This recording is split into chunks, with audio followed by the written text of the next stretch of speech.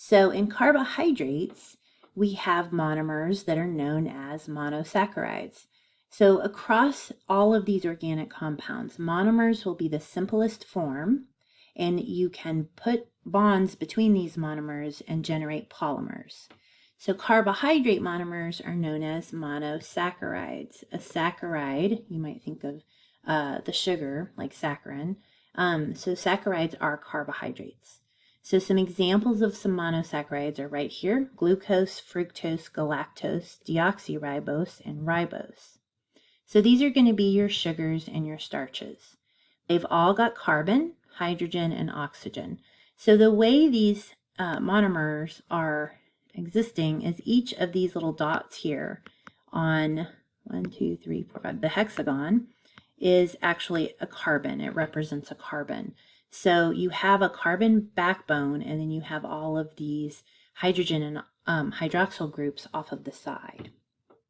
It's a ratio of this CH2O that differentiates whether you have glucose, fructose, galactose, and so forth. The three classes of carbohydrates, again, are going to be monosaccharides, which are the simple ones, that the simplest form we can have. So they're simple sugars.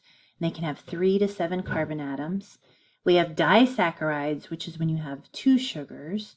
These are too large to pass through the cell, but it's when you have 2 monomers joined together. And polysaccharides, this is going to be several mono and disaccharides joined together. Some examples are starch and glycogen. They're not very soluble in water. The functions of the monosaccharides, these are probably carbohydrates, are the most important fuel source in our body. So they are the main source of cellular fuel. This is why glucose is important. They also play a role in helping generate structure.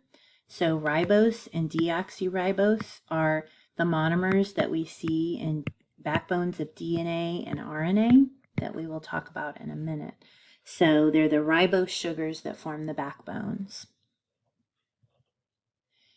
Dehydration synthesis of sucrose means that we are going to release water. We're going to dehydrate the glucose and the fructose, and then we will end up forming sucrose. We saw this on another slide.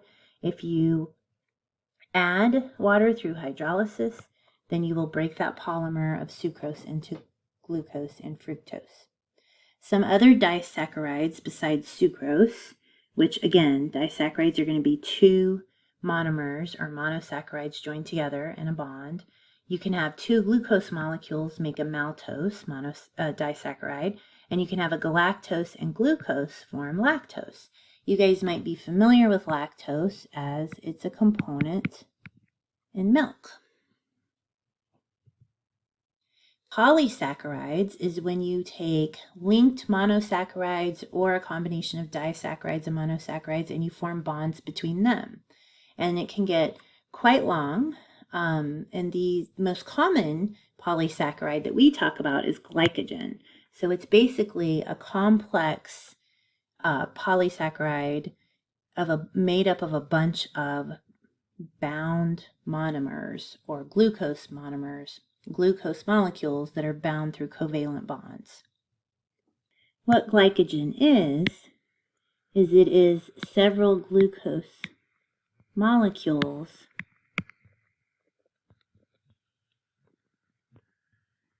covalently bonded together to make this long chain that is known as a glycogen polysaccharide. Other polysaccharides that we see or we know of are starch and cellulose.